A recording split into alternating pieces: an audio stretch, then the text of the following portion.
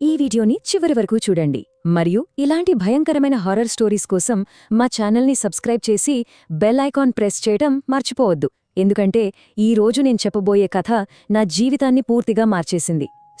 అస్సల రాత్రి ఏం జరిగింది? బయట భయంకరమైన వర్షం, ఆకాశంలో మెరుపులు, హాస్టల్ కిటికీలు పగిలిపోతాయేమో అన్నంత గాలి. సరిగ్గా చీకటి రాత్రి ఒక పాత బోర్డింగ్ స్కూల్ గేట్ ముందు మన కథానాయకుడు విహాన్ నిలబడి ఉన్నాడు. ఇదొక మామూలు స్కూల్ కాదు సుమా, సెయింట్ గ్యాబ్రియల్ రెసిడెన్షియల్ స్కూల్లో అసలేం జరిగిందో ఈరోజు మనం డీకోడ్ చేద్దాం.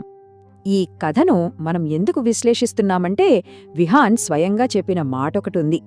ఈరోజు నేను చెప్పబోయే కథ నా జీవితాన్ని పూర్తిగా మార్చేసింది. వినడానికి చాలా సింపుల్గా అనిపించొచ్చు, కానీ దీని ఇంపాక్ట్ చాలా చాలా ఎక్కువ. అసలు ఆ ఒక్క రాత్రితో విహాన్ ప్రపంచం ఎలా తలక్రిందులైందో మనమిప్పుడు తెలుసుకోబోతున్నాం.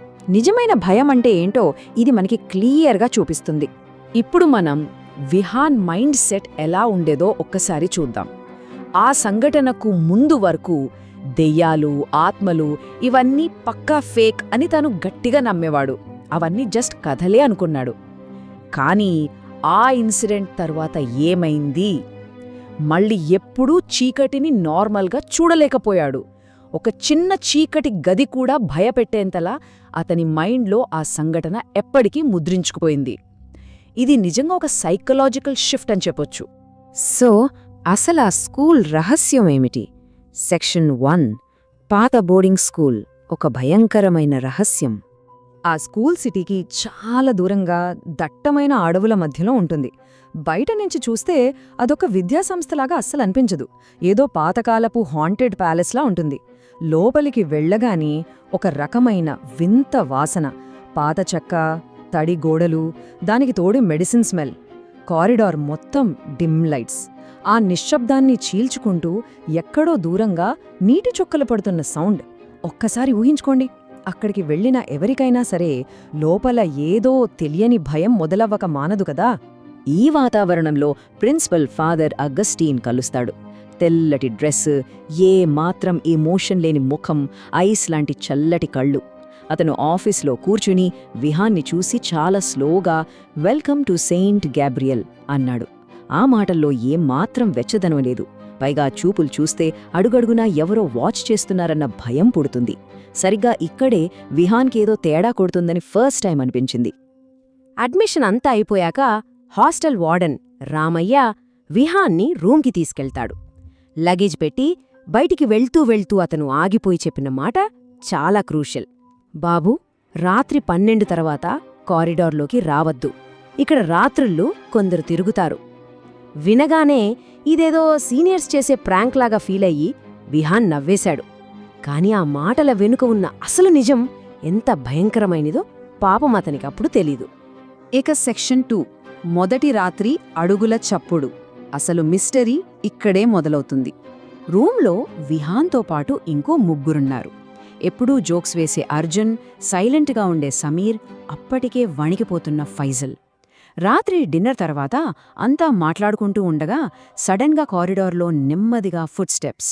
టక్ టక్ టక్. విహాన్ వెంటనే డోర్ తీసి చూశాడు. కారిడార్ మొత్తం ఖాళీ, ఎవరూ లేరు. ఫైజల్ భయంతో వణుకుతూ డోర్ క్లోజ్ చేయి, ఆమె తిరుగుతోంది అన్నాడు. 3 నెలల క్రితమే అక్కడొక స్టూడెంట్ టెర్రస్ పైనుంచి దూకి చనిపోయిందనే విషయం తెలిసాక ఆ రూమ్ ఒక్కసారిగా సైలెంట్ అయిపోయింది. టైం కరెక్ట్గా రాత్రి 12. బయట వర్షం, కిటికీ దగ్గర హోరుగాలి. సడన్గా అప్పటిదాకా కారిడార్లో వినిపించిన ఆ అడుగుల చప్పుడు ఇప్పుడు వాళ్ల రూమ్ డోర్ దగ్గరకొచ్చింది. టక్ టక్ టక్. ఆ తర్వాత ఒక్కసారిగా ధమ్ ధమ్ ధమ్. డోర్ పగిలిపోయే రేంజ్లో నాకింగ్ మొదలైంది.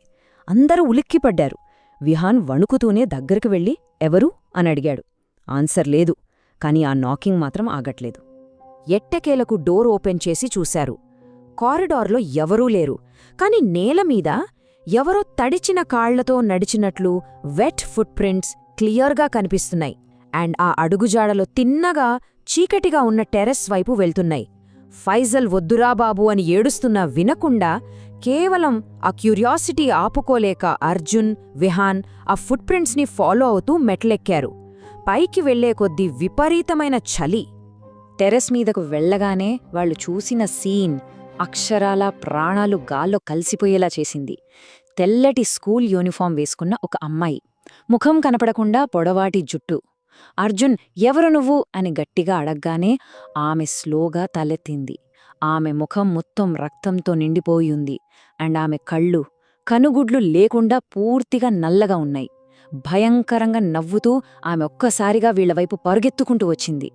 ఆ తర్వాత ఏం జరిగింది? సెక్షన్ 3, ఎమిలీ అనే ఆత్మ. ఇది అసలు బ్యాక్ స్టోరీ. ఆ భయంకరమైన రాత్రి గడిచాక మరుసటి రోజు సీనియర్స్ దగ్గర ఆరా తీస్తే ఒక చీకటి గతం బయటపడింది. 1998లో ఎమిలీ అనే ఒక స్టూడెంట్ ఇక్కడే చదివేది. ఒక రాత్రి ఆమె హాస్టల్ నుంచి సడన్గా మాయమైపోయింది. ఎంత వెతికినా దొరకలేదు. కానీ కరెక్ట్గా 3 రోజుల తర్వాత ఆమె బాడీ స్కూల్ వాటర్ ట్యాంక్లో దొరికింది. క్రితం రాత్రి వాళ్లు చూసిన ఆ రక్తంతో నిండిన భయంకరమైన రూపం ఎమిలీదే అని వాళ్లకర్థమైపోయింది. ఆ ఒక్క నిజం తెలిసాక వాళ్లకి వెన్నులో వణుకు పుట్టింది. ఇక సెక్షన్ 4, ఫైజల్కు ఏమైంది? మనం ఈ కథలో అసలైన క్లైమాక్స్కి వచ్చేశాం. ఆ తర్వాతి రాత్రి రూంలో అందరూ సీరియస్గా మాట్లాడుకుంటుంటే అర్జున్ మాత్రం ఇదంతా ఫేక్ అన్నాడు. కరెక్ట్గా అప్పుడే రూమ్ లైట్ ఒక్కసారిగా బ్లింక్ అయింది. మళ్ళీ డోర్ నాకింగ్. సడన్గా నాకింగ్ ఆగిపోయి కారిడోర్లో ఒక అమ్మాయి నెమ్మదిగా ఏదో పాడుతున్నట్టు హమ్మింగ్ సౌండ్ వినిపించింది. అది మెల్లగా వాళ్ల రూమ్ బయటే ఆగిపోయింది. లోపల నుంచి లాక్ చేసి ఉన్న డోర్ హ్యాండిల్ని ఎవరో బయట నుంచి స్లోగా తిప్పుతున్నారు. కీచ్ కీచ్. ఆ సౌండ్ వింటుంటేనే ఊపిరి ఆగిపోయేలా ఉంది. ఆ సౌండ్ వింటుంటగానే రూమ్ లైట్స్ పూర్తిగా ఆఫ్ అయిపోయాయి. దట్టమైన చీకటి. కళ్ళు తెరిచినా ఏమీ కనిపించట్లేదు. కరెక్ట్గా ఆ మూమెంట్లో విహాన్ చెవికి అతి దగ్గరగా ఒక చల్లటి వాయిస్ గుసగుసలాడుతూ, నన్ను ఎందుకు డిస్టర్బ్ చేస్తున్నారు అని అడిగింది. అబ్బా, ఆ కంప్లీట్ డార్క్నెస్లో పక్కనే ఎవరో అలా మాట్లాడితే ఏమైపోతాం చెప్పండి. విహాన్ అయితే ప్రాణభయంతో ఫ్రీజ్ అయిపోయాడు. ఎలాగోలా లైట్స్ మళ్ళీ ఆన్ అయ్యాయి. కానీ ఇక్కడే ఒక మైండ్ బ్లాంక్ అయ్యే షాక్ తగిలింది. రూంలో ఫైజల్ లేడు. అర్జున్ గట్టిగా అరుస్తున్నాడు, కాని ఎలాంటి రెస్పాన్స్ లేదు. అసలు ట్విస్ట్ ఏంటంటే డోర్ ఇంకా లోపలి వైపు నుంచే లాక్ చేసుంది. మరి లాక్ చేసిన గదిలోంచి వాడు బయటికి ఎలా వెళ్లాడు? గాల్లో కలిసిపోడు గదా. ఇది వాళ్ళకస్సలు అర్థం కాలేదు. ఆ పానిక్లోనే వాళ్ళు డోర్ అన్లాక్ చేసుకుని చీకటిగా ఉన్న కారిడార్లోకి పరుగులు తీశారు. అలా వెతుకుతుంటే కారిడార్ చివర్లో ఎవరో నిలబడున్నట్లు కనిపించింది. అది ఫైజల్. కాని వాడు వాళ్ల వైపు చూడకుండా ముఖం గోడవైపు పెట్టి ఏమాత్రం కదలకుండా ఒక బొమ్మలా నిలబడున్నాడు. విహాన్ చాలా భయంగా ఫైజల్ అని పిలిచాడు. రైట్, ఇక్కడే మనకి పీక్ టెన్షన్ స్టార్ట్ అవుతుంది.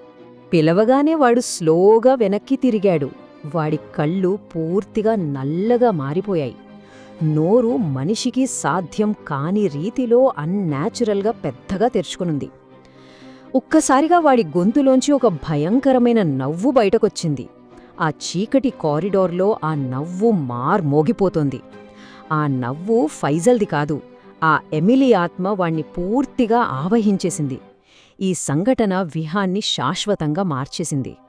ఒక పాత స్కూల్, ఒక విషాదకరమైన గతం, ఇలాంటి భయంకరమైన పరిస్థితుల్లో చిక్కుకుంటే ఎలా ఉంటుందో ఒక్కసారి ఆలోచించండి. ఈ కథ ఇక్కడితో ఆగిపోలేదు. అసలు ఆ తర్వాత ఫైజల్కి ఏమైందనేది ఇంకో పెద్ద మిస్టరీ.